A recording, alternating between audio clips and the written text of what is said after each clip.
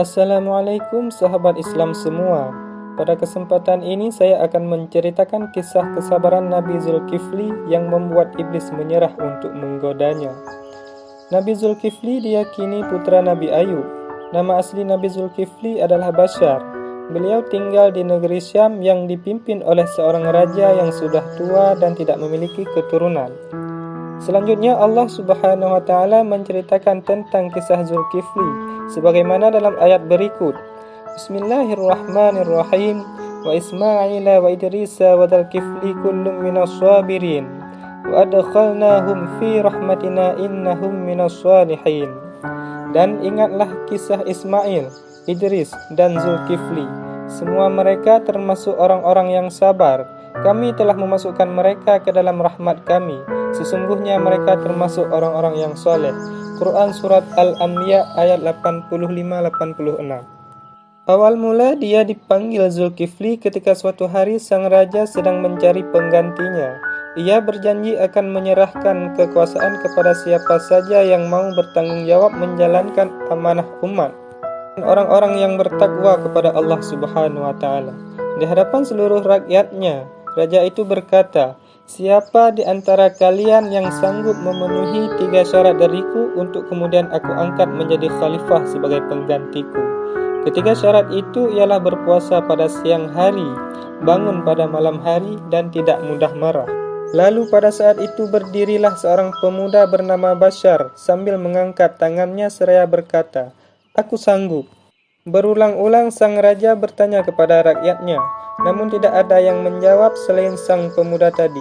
Terpilihlah Bashar menggantikan sang raja, dan namanya pun berubah menjadi Zulkifli, yang artinya orang-orang yang sanggup memegang janji. Mengetahui hal itu, iblis segera bertindak dan berkata kepada bawahannya, "Kalian harus menggoda Zulkifli itu." Setan-setan menyatakan diri tidak sanggup melakukannya. Selanjutnya iblis itu berkata, "Kalau begitu biar aku sendiri yang menggarapnya." Kemudian iblis mendatangi orang itu dalam wujud orang yang tua lagi miskin. Ia mendatangi orang itu ketika sedang istirahat di tengah hari. Zulkifli tidak tidur di siang dan malam hari kecuali pada sedikit waktu di siang hari.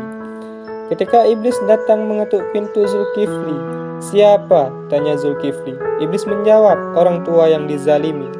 Zulkifli segera bangkit, bergegas menuju pintu dan mempersilahkannya masuk.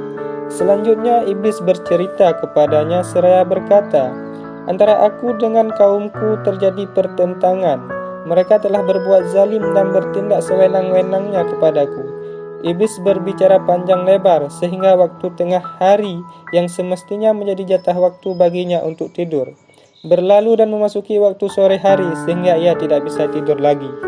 Belum pergi, iblis berkata, "Pada waktu istirahatmu nanti aku mau minta waktu sedikit kepadamu." Lalu ia pergi.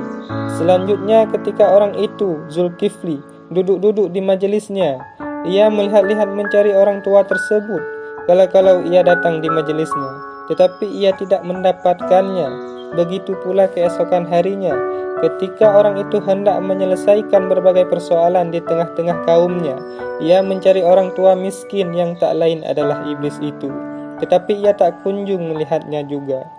Ketika ia kembali pulang dan hendak tidur di tengah hari, tiba-tiba orang tua itu datang dan mengetuk pintu. "Siapa?" tanya Zulkifli. "Orang tua miskin yang dizalimi." Jawab iblis. Maka Zulkifli membukakan pintu baginya seraya berkata, "Bukankah aku telah mengatakan kepadamu supaya datang pada saat aku sedang berada di majelis?" Iblis berkata, "Mereka itu adalah seburuk-buruk kaum. Ketika mereka mengetahui kamu sedang duduk, mereka akan mengatakan, 'Kami berikan hakmu kepadamu.' Dan ketika kamu bangun, dengan sengitnya mereka menghalang-halangiku." Kemudian ia berkata, "Pergilah dan datanglah kepadaku pada malam hari nanti." Dengan begitu, ia telah kehilangan waktu tidurnya di siang hari.